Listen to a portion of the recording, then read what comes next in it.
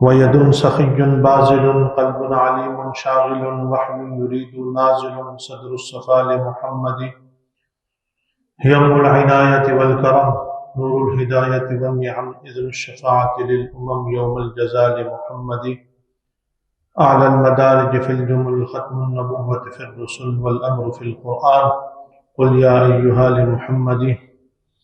أما بعد أعوذ بالله من الشيطان الرجيم بسم الله الرحمن الرحيم. قال الله تبارك وتعالى في القرآن المجيد والفرقان الحميد وعد الله الذين آمنوا منكم وعملوا الصالحات ليستخلفنهم في الأرض صدق الله العظيم.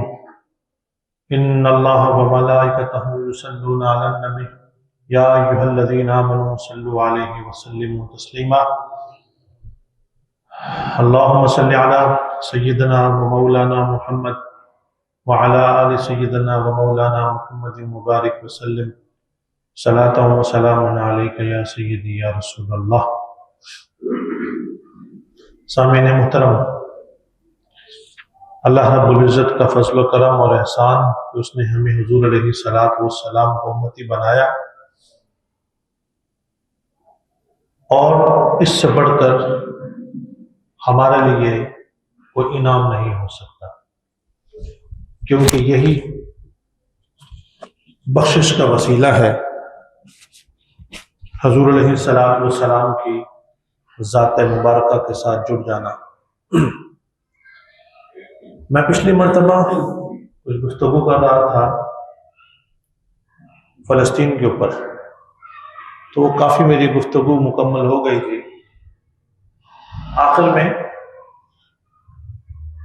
میں عرض کر رہا تھا کہ کس طریقے سے مسلمانوں کو آپس میں لڑایا گیا.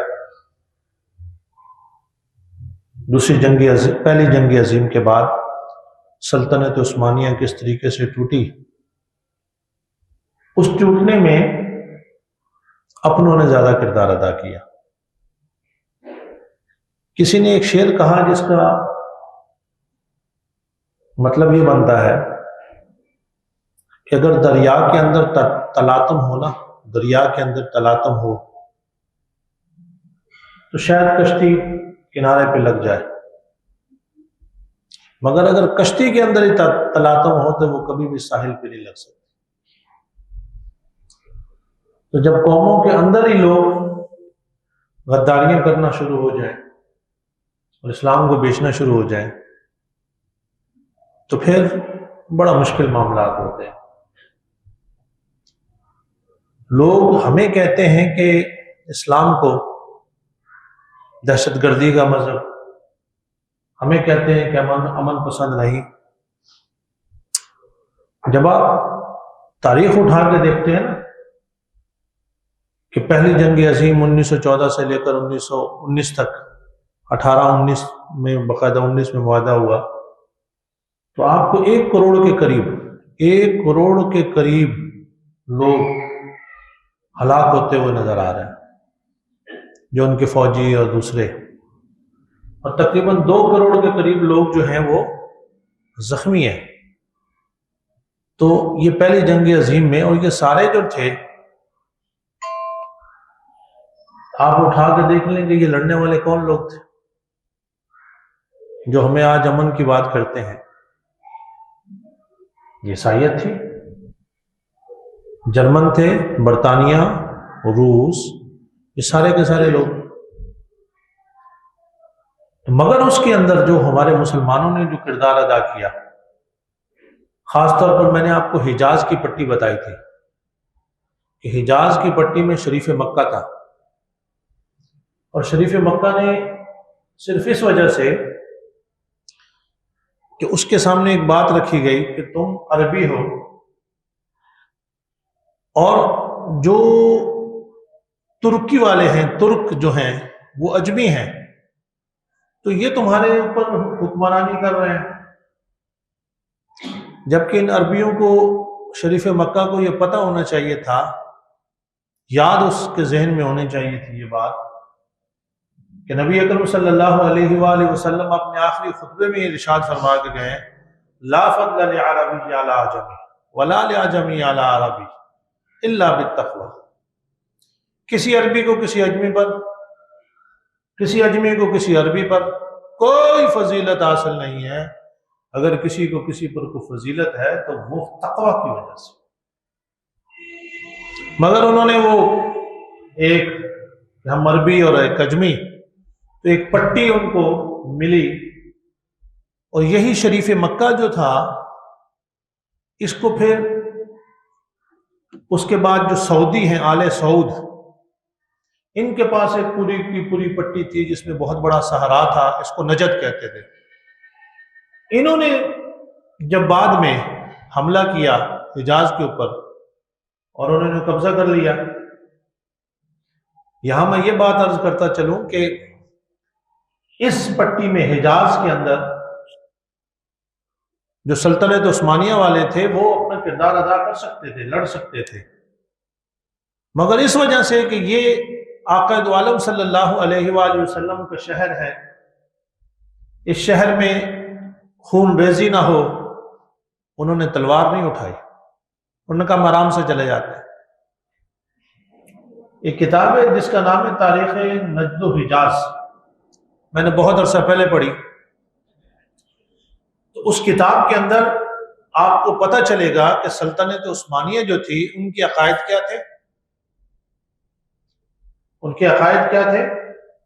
اور انہوں نے جو مسجد نبوی شریف بنائی ہے، اگر عشق کے اوپر کوئی محبت اور عشق میں ڈوب کر اگر کوئی عمارت بنائی گئی ہے، کوئی جگہ بنائی گئی ہے، تو وہ آپ کو مسجد نبوی شریف ملے گی. ہمارے ہاں یہ محبت کی ایک نشانی تاج محل کو کہا جاتا ہے. تاج محل کیا بیچے اس کے سامنے. کہ سلطنت عثمانیہ نے جب مسجد نبوی شریف بنوانی تھی تو اس سے 30 سال پہلے انہوں نے ایک ارادہ کر لیا کہ اب ہم نے مسجد نبوی شریف بنوانی ہے. تو پوری دنیا میں انہوں نے اعلان کیا کہ وہ کاریگر جو بہترین کاریگر ہیں تعمیرات کے، وہ سارے کے سارے سلطنت عثمانیہ کے مہمان ہوں گے، دنیا بھر سے آ جائے. ان سب کو بلایا گیا، ان کو کہا گیا کہ آج کے 30 سال کے بعد مسجد نبوی شریف کی تعمیر ہونی ہے. آج کے بعد جو تمہاری اولاد ہوگی وہ اولاد سلطنت عثمانیہ کے زیر کنٹرول پلے گی، ان کو حافظ بنایا جائے گا، ان کو عالم بنایا جائے گا، وہ ہر وقت باوضو رہیں گے، وہ مخلوط کسی جگہ پر نہیں جائیں گے جہاں پر مرد و زن اکٹھے ہوں گے، جہاں پر آنکھوں کی بے حیائی اور اس طریقے سے اس سے وہ دور رہیں گے، کیونکہ ان لوگوں نے مسجد نبوی شریف کو تعمیر کرنا ہے. تو 30 سال تک ان کی پرورش ہوئی، ان کو بہترین کاریگر بنایا گیا، اور اس کے بعد مسجد نبوی شریف کی ہر اینٹ کے اوپر ہر اینٹ کے اوپر ایک ایک مرتبہ قرآن پاک پورا پڑھا گیا. ہر اینٹ کے اوپر ایک قرآن پاک پڑھا گیا. اور مسجد نبوی سے کئی کلومیٹر دور فیکٹری لگائی گئی جہاں پر تراش اور خراش کا کام ہوتا تھا، تاکہ مسجد نبوی حضور علیہ السلام والسلام کی جو جگہ ہے جہاں حضور آرام فرما رہے ہیں، اس جگہ پر ذرہ برابر آواز نہ آئے، کیونکہ ان کو پتہ تھا ایک دن مسجد نبوی شریف میں یہ عمل ہوا کہ حضرت عمر فاروق رضی اللہ تعالیٰ عنہ مسجد میں تھے، تو 2 اشخاص آپس میں گفتگو کر رہے تھے. تو آپ کے ہاتھ میں کنکر تھا، آپ نے یوں مارا تھا کہ ان کی توجہ میری طرف ہو.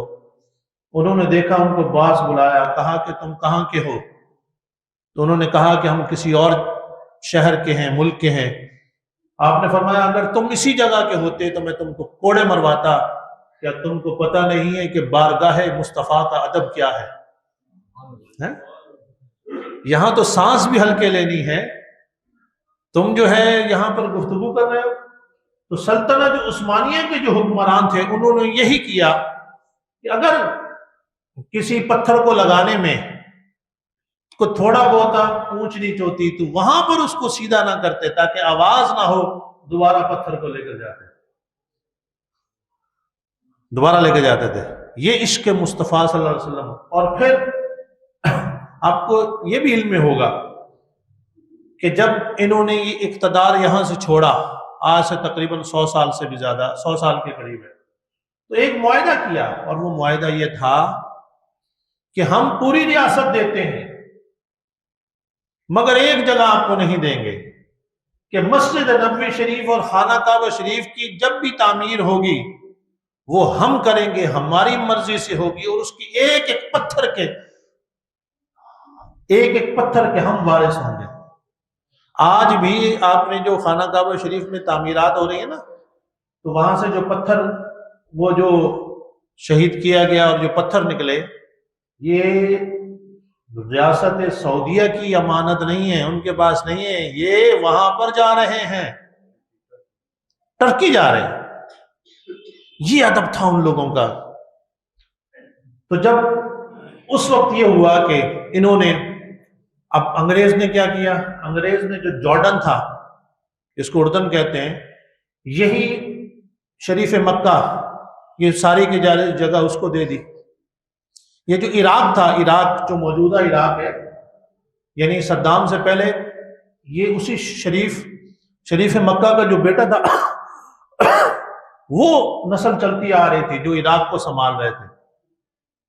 اور یہ جو فلسطین کی جگہ ہے، جہاں فلسطین ہے، یہ برطانیہ نے اپنے پاس رکھ لیا تھا، اور برطانیہ نے اپنے پاس رکھنے کے بعد 1917 کے اندر یہودیوں کے ساتھ یہ معاہدہ کیا کہ یہ جگہ ہم آپ کو دیں گے، ٹھیک ہے نا جی۔ اس کے بعد 1917 کے بعد جب دوسری جنگ عظیم شروع ہوئی، تو آپ نے دیکھا ہوگا کہ سب سے زیادہ ہٹلر نے جن لوگوں کو مارا، تحقیق کیا، وہ یہ یہودی تھے۔ وہ اس لیے کہ پوری دنیا کے اندر جو فساد کی جڑ ہے نا، ان کے نزدیک پوری دنیا میں جو فساد کی جڑ ہے وہ یہودی ہے۔ یہودی اپنے آپ کو اصل میں اس پوری کی پوری روئے زمین کا مالک سمجھتا ہے۔ اس لیے مالک سمجھتا ہے کہ وہ کہتے ہیں کہ ہم روئے زمین پر سب سے بہترین قوم ہے، وہ اپنے آپ کو سب سے بہترین قوم کہتے ہیں، اور وہ اس لیے کہتے ہیں کہ ہم بنی اسرائیل ہیں اور ہمارے پیغمبر اتنے آئے ہیں۔ تو ہٹلر نے سب سے زیادہ ان کو وہ کیا۔ آج بھی آپ دیکھ لیں کہ امریکہ کے اندر جو پالیسیز بنتی ہیں، کیا وجہ ہے کہ آج بھی اسرائیل کے اندر انہوں نے اتنا ظلم و ستم کیا اور امریکہ ان کے ساتھ کھڑا ہوا ہے؟ اس کی صرف ایک ہی وجہ ہے۔ اچھا، آپ کے علم میں ہوگا کہ پوری دنیا میں یہودیوں کی تعداد کتنی ہے؟ میرا خیال ہے کہ جو اسرائیل ہے اس کے اندر یہودیوں کی تعداد 70 اور 80 لاکھ کے درمیان میں، 70 اور 80 لاکھ کے درمیان میں، اور پوری دنیا میں 1 کروڑ 60 لاکھ کے قریب یہودی بستا ہے۔ 1 کروڑ، یعنی آپ کی کراچی سے بھی آدھا یہودی ہے پوری دنیا کے اندر، مگر پوری دنیا کے اوپر اس کی اصل حکمرانی یہودیوں کی ہے۔ کیوں اصل حکمرانی ہے؟ کیونکہ امریکہ اس وقت دنیا میں سپر پاور ہے، اور امریکی جتنے کینڈیڈیٹ آتے ہیں ان کے لیے جو فنڈنگ کرتا ہے وہ یہودی کرتا ہے۔ بڑی بڑی کمپنیاں کرتی ہیں یہودیوں کی، وہ فنڈنگ کرتی ہیں۔ ہمارے ہاں تو بچے بس ہم پیدا کیے جا رہے ہیں اور ان کی تعلیم و تربیت کے اوپر کوئی خیال نہیں ہے۔ یہودی کیا کرتا ہے کہ جب ان کو پتہ چلتا ہے کہ ہماری عورت پریگننٹ ہو گئی ہے تو باقاعدہ طور سے اس دن سے اس کی تیاری شروع کر دیتے، اس دن سے ان کو غذائیں ایسی کھلاتے ہیں جو ان کی مذہبی طور پر تیار ہیں، ان کو باقاعدہ چارٹ دے دیا جاتا ہے کہ آپ نے ڈیلی اتنی عبادت کرنی ہے، اتنا ریاضی کے سوالات یہ ماں حل کرے گی، کیونکہ جب ماں یہ حل کرے گی تو بچے پر اس کا اثر پڑے گا، بچہ ذہین ہوگا۔ اچھا، یہ میں بتاتا ہوں اسلام کا کانسیپٹ ہے یہ سارا کا سارا، اور میں آپ کو مثال بھی دیتا ہوں۔ کبھی آپ نوٹ کر لیں، کسی کے ہاں بچہ ہونے والا ہو 7-8 مہینے کا نا، میں آپ کو تھوڑی اسلامی ایک فطرت انسانی، عورت کے قریب کو ڈھول بجا دے، ڈھول بجے آپ کبھی غور کیجئے گا، بچہ پیٹ کے اندر جنبش کرے گا کہ میں آپ یہ دیکھیں، حضرت خواجہ قطب الدین بختیار کاکی 4 سال 4 مہینے 4 دن کے تھے تو ماں نے استاد کے پاس بھیجا کہ بیٹا قرآن پاک کی تعلیم شروع کرو۔ تو آپ جب گئے تو استاد جی نے کہا بیٹا پڑھو بسم اللہ الرحمن اعوذ باللہ من الشیطان الرجیم بسم اللہ الرحمن الرحیم، سورۃ الفاتحہ پڑھانا شروع کی۔ تو کہتے ہیں استاد جی سورۃ الفاتحہ تو مجھے آتی ہے۔ کہا بیٹا تم سورۃ البقرہ پڑھو، کہا استاد جی یہ بھی آتی ہے۔ تو کہا بیٹا تجھے کتنا آتا ہے؟ کہا مجھے 14 پارے آتے ہیں۔ 14 پارے، 4 مہینے 4 دن، 4 سال 4 مہینے 40 دن، 4 دن کے جو ہے نا، مجھے 14 پارے آتے ہیں۔ بیٹا تجھے 14 پارے کیسے آتے ہیں؟ کہا میری ماں کا یہ معمول رہا کہ مجھے دودھ پلا رہی ہوتی تھی تو 14 پارے وہ پڑھ رہی ہوتی تھی، ڈیلی وہ 14 پارے میری ماں پڑھتی تھی۔ کھانا پکا رہی ہے تو قرآن پاک پڑھ رہی ہے، مجھے دودھ پلا رہی ہے تو قرآن پاک پڑھ رہی ہے۔ وہ 14 پارے میں نے اتنی مرتبہ سنے ہیں کہ مجھے وہ یاد ہو گئے۔ تو یہودی اصل میں پہلے دن سے اپنے بچے کو تیار کرتا ہے۔ جب اس کو پتہ چلتا ہے کہ بچہ پریگننٹ ہے تو وہ تیار یہ کرتا ہے کہ یہ ہمارا مجاہد آ رہا ہے، ہم نے اس پہ انویسٹمنٹ کرنی ہے، اس کو دنیا پر راج کرنا ہے۔ یہ عام بچہ نہیں ہے، اس کو دنیا پر راج کرنا ہے، دنیا اس کے قدموں کے نیچے ہونی ہے۔ پھر آپ کو پتہ ہے کہ یہودی کے لیے لازمی کیا ہے، چاہے کوئی امیر ہے، غریب ہے، بادشاہ ہے، غیر بادشاہ ہے، کچھ بھی ہے، ان کی عورت نے 2 سال سے زیادہ فوجی تربیت حاصل کرنی ہے، ان کے مرد نے، ہر مرد نے 3 سال سے زیادہ فوجی تربیت حاصل کرنی ہے۔ انہوں نے اپنی قوم کو یوں لگایا ہوا ہے۔ ہمارے آج کسی کے ہاتھ میں تلوار پکڑا ہو نا تو بولیں گے او ہو آپ کے سوشل میڈیا پہ کہ یہ کیا نام ہے جہاد کی دے رہے ہیں اور یہ دہشت گرد ہیں۔ اور ظالموں، انہوں نے اپنی چیزیں چھوڑی نہیں ہیں، اور جہاد ہمیں جو قرآن بتا رہا ہم نے چھوڑ دیا۔ قرآن ہمیں جہاد کا بتا رہا، وقاتل، میں نے پچھلی دفعہ اس پہ عرض کی تھی، اس وقت بھی آپ اگر اٹھا کے دیکھ لیں، ہمارے ایک مولانا صاحب انہوں نے سوشل میڈیا پہ ایک تصویر ڈالی جس میں انہوں نے تلوار پکڑی ہوئی ہے۔ آپ کو پتہ برطانیہ میں داخلے پہ پابندی ان پہ لگ گئی، تو وہ مجھے بتا رہے تھے کہ جی میں نے صرف تلوار لہرائی ہے اور میری برطانیہ میں داخلے پہ پابندی لگی ہے۔ تو جب میں انٹرویو دینے کے لیے گیا تو انہوں نے کہا تم نے ایک تلوار لہرائی تھی۔ میں نے کہا ظالموں، ان کو یہ کیوں نہیں کہتے کہ تمہاری ملکہ کے جو گارڈ ہوتے ہیں ان سب کے ہاتھوں میں تلوار ہے آج تک، تم نے اپنا پروٹوکول ایک 200 سال پرانا نہیں چھوڑا۔ آج بھی شہزادہ چارلس جو ہے، ابھی آپ وہ بادشاہت اس کو ملی، کسی نے اس کی بگی میں دیکھا ہوگا، تمام پرانی رسومات وہ اپنی کر رہے ہیں، وہ اپنی قوم کو بتانا چاہتے ہیں کہ تم یوں تھے، اور ہم نے سب کچھ چھوڑ دیا۔ ہمارے نصاب سے سورۃ الانفال نکالی جا رہی ہے، سورۃ الحجرات نکالی جا رہی ہے، جہاں پر یہ سارا کا سارا معاملات ہو رہے۔ موضوع تو میں نے کچھ اور ابھی رکھا تھا، مگر یہ میں آپ کو حقیقت بات عرض کرتا چلوں کہ ہم بہت خسارے کی طرف جا رہے ہیں۔ جب تک مسلمانوں کے ہاتھ میں تلوار رہی، جہاد کرتے رہے، پوری دنیا پہ مسلمانوں کی حکومت رہی، اور جب سے چھوڑی ہے، یہ بھی بات عرض کرتا چلوں، 2 چیزوں بیک وقت مسلمان کرتا تھا اور دونوں چھوڑ دی۔ 2 چیزیں بیک وقت مسلمان کرتا تھا۔ کچھ لوگ ہوتے تھے جو تعلیم پہ لگے ہوتے تھے، جو کتابیں لکھتے تھے، اور کچھ لوگ ہوتے تھے جو جہاد کرتے تھے۔ اس کی مثال آپ کو دیتا ہوں۔ حضرت ابو ہریرہ رضی اللہ تعالیٰ عنہ نبی اکرم صلی اللہ علیہ وآلہ وسلم کے پاس بیٹھ کر حضور سے سنتے تھے، اسے یاد کرتے تھے، لوگوں کو بتاتے تھے، پکڑ پکڑ کے بتاتے تھے۔ ہم لوگ تو اتنے بخیل ہیں کہ بات سن کر بھی کسی کو نہیں بتاتے۔ صحابہ کرام حضور سے سنتے تھے، سن کر یاد کرتے تھے، پکا یاد کرتے تھے، 5 بندوں کو سناتے تھے، چلو میرا سنو، یہ حدیث میں نے سنی، ایسا ہی ہے، جو 5 بیٹھے ان کو سنانے کے بعد پھر ایک چوک میں چلے گئے، لوگ گزر رہے ہیں، رکو، یہ حضور نے حدیث فرمائی ہے، سنو۔ اس نے سنا، وہ اگلے چوک میں چلا گیا، وہاں بیٹھ گیا، کوئی تجارتی قافلہ گزر رہا ہے، اس کو روکا، روک روک، نبی اکرم صلی اللہ علیہ وسلم پر یہ آیت نازل ہوئی ہے، یہ بھی یاد کر۔ حضور علیہ الصلوۃ والسلام نے یہ ارشاد فرمایا، یہ بھی یاد کر۔ یوں تبلیغ ہوتی تھی، اس انداز سے تبلیغ ہوتی تھی۔ مسلمان جو ہے وہ یوں انہوں نے قربانی۔ میں آپ کو عرض کرتا چلوں، حضرت ابو ہریرہ رضی اللہ تعالیٰ عنہ، یہ کیا ہوتا تھا؟ تعلیم۔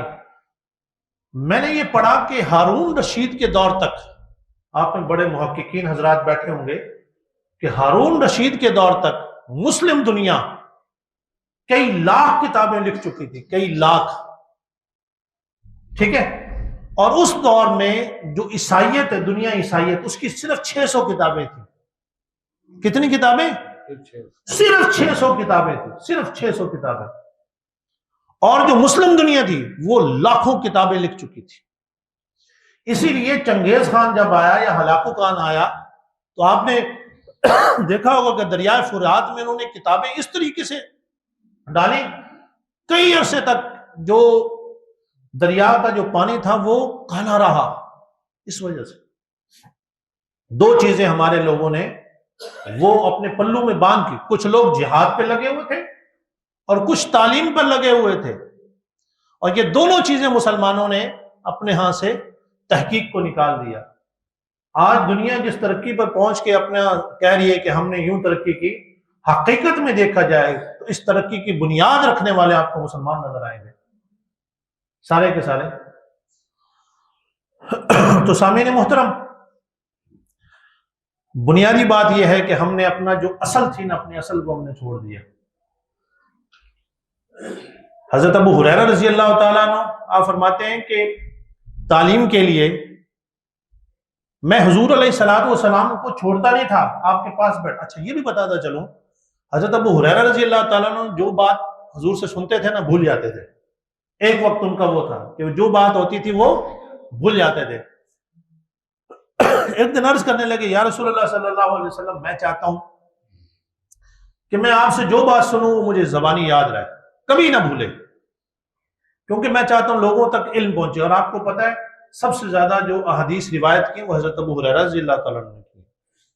حضور علیہ الصلوۃ والسلام نے فرمایا، ابو ہریرہ، آج جب میں بیٹھوں گا نا اور گفتگو شروع کروں گا تو تم اس طرح کرنا، ایک چادر بچھا لینا، اور چادر بچھا لینا، اور اس کے بعد جب میری گفتگو ختم ہوگی تو اس چادر کو اکٹھا کر کے اپنے سینے سے لگا لینا۔ تو حضرت ابو ہریرہ رضی اللہ تعالیٰ عنہ نے ایسا ہی کیا۔ فرماتے ہیں جب حضور نے یہ فرمایا تھا تو حضور نے جو مجھے علم عطا فرمایا، خدا کی قسم حضور کی زبان مبارکہ سے اس کے بعد میں جو کچھ سن لیتا تھا سب مجھے زبانی یاد ہو جاتا۔ اب میں یہ کہتا ہوں کہ جو حضور علیہ الصلوۃ والسلام اپنے غلام کو اس طریقے سے علم عطا فرما دیں کہ اسے زبانی یاد ہو، تو پھر اس آقا کی خود کیا شان اور کیا مقام ہوگا۔ ان کی شان، نبی اکرم صلی اللہ علیہ وسلم ایک بات، خدا کی قسم، جس وقت تک اس امت نے حضور علیہ الصلوۃ والسلام کو جو مقام عرفہ ہے، وَرَفَعْنَا لَكَ ذِكْرَكَ والا، اور حضور علیہ الصلوۃ والسلام کی ذات پر نکتہ چینیاں یا وہ کم کرنے کی کوشش نہیں کی، بلندی پر رہی ہے۔ حضور علیہ الصلوۃ والسلام کی تو شان کیا ہے، حضور علیہ الصلوۃ والسلام کسی چیز کو ہاتھ لگا لیتے تھے۔ آپ گئے نا حضرت انس رضی اللہ تعالیٰ عنہ کے گھر پہ، تو وہاں حضور نے ایک عمل فرمایا، وقت بیت گیا، حضور کا وصال ہو گیا۔ حضرت انس رضی اللہ تعالیٰ عنہ کے اس کے بعد، حضور کے وصال کے بعد کچھ مہمان آئے، تو آپ نے نا ان مہمانوں کے لیے دسترخوان ایسے جب خادم نے بچھایا تو دسترخوان میلا کچیلا تھا، تو آپ نے فرمایا جاؤ، حضرت انس رضی اللہ تعالیٰ نے فرمایا جاؤ اس دسترخوان کو اٹھاؤ اور تندور میں ڈال دو۔ مہمان بڑے حیران، بھئی دسترخوان ہے، کپڑا ہے تو اس کو تو دھونا چاہیے۔ وہ آپ کے فرمان پر وہ گیا اور جا کر اس نے تندور میں ڈالا، واپس نکالا تو بالکل صاف ستھرا، کوئی اس کے اوپر نہ جلا بلکہ ساری میل دور ہو گئی۔ تو جو مہمان تھے انہوں نے کہا بات سمجھ نہیں آئے، انس آگ کا کام تو ہے جلانا، مگر یہاں آگ جو ہے وہ صاف کر رہی ہے۔ آپ نے فرمایا ایک دفعہ نبی اکرم صلی اللہ علیہ وآلہ وسلم ہمارے گھر آئے تھے اور حضور علیہ الصلوۃ والسلام نے کھانا کھایا تھا۔ اس کے بعد حضور نے اسی دسترخوان سے اپنے دست مبارک کو مس کیا تھا اور اپنے ہاتھ کو صاف کیا تھا۔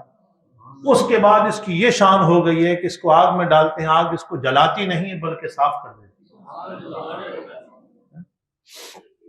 ہم آج دنیا کو یہ باتیں بتائیں نا، دنیا عیسائیت جو ہے اس کو بتائیں کہ تم یہ باتیں کرتے ہو حضرت عیسیٰ علیہ السلام کی، کہ حضرت عیسیٰ علیہ السلام مردوں کو زندہ کیا کرتے تھے۔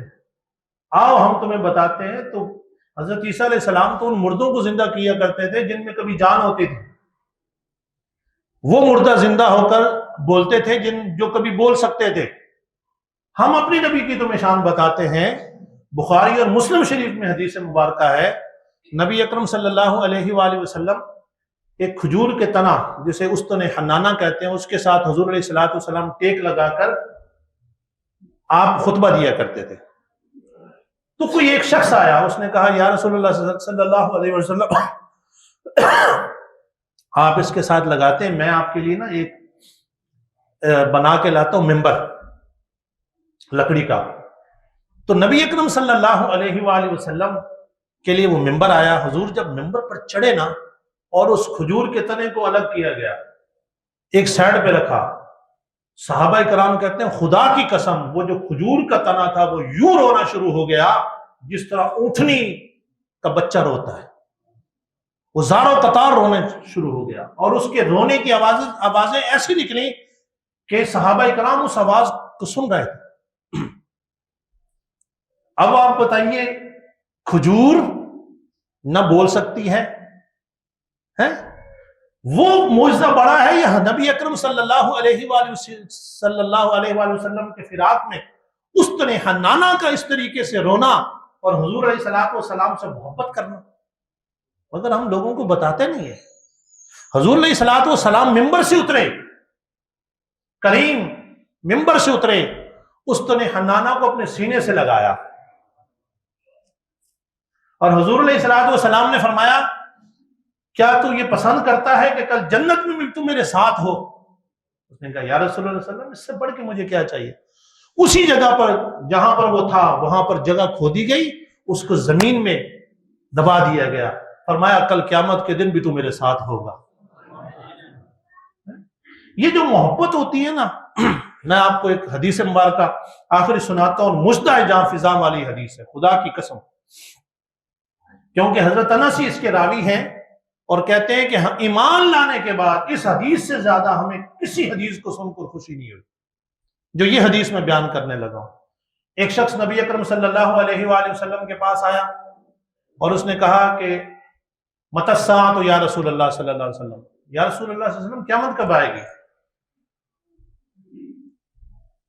تو حضور علیہ الصلوۃ والسلام نے فرمایا وما اعددت للساعۃ، قیامت کے متعلق سوال کرنے والے یہ تو بتا تو نے اس کے لیے تیاری کیا کی ہے؟ تو اس نے کوئی اپنی نماز، کوئی روزہ، کوئی حج، کوئی زکوٰۃ، کوئی نیکی، کوئی تحلیل و تسبیح، رکوع سعود، کسی چیز کی بات نہیں کی۔ اس نے کہا یا رسول اللہ حب اللہ و رسولہ، میں اللہ اور اس کے رسول سے محبت کرتا ہوں، میں اللہ اور اس کے رسول سے محبت کرتا ہوں۔ حضور علیہ الصلوۃ والسلام، حضرت انس فرماتے ہیں یہ جو حضور کا فرمان تھا، ایمان لانے کے بعد سب سے زیادہ جس حضور کے ارشاد سے ہمیں خوشی ہوئی وہ یہ تھا، حضور نے فرمایا فَإِنَّكَ مَعَ مَنْ أَحْبَبْتَ، اے مجھ سے محبت کرنے والے تو بھی یہ مجدہ جاں فضا سن لے، جو جس سے محبت کرتا ہے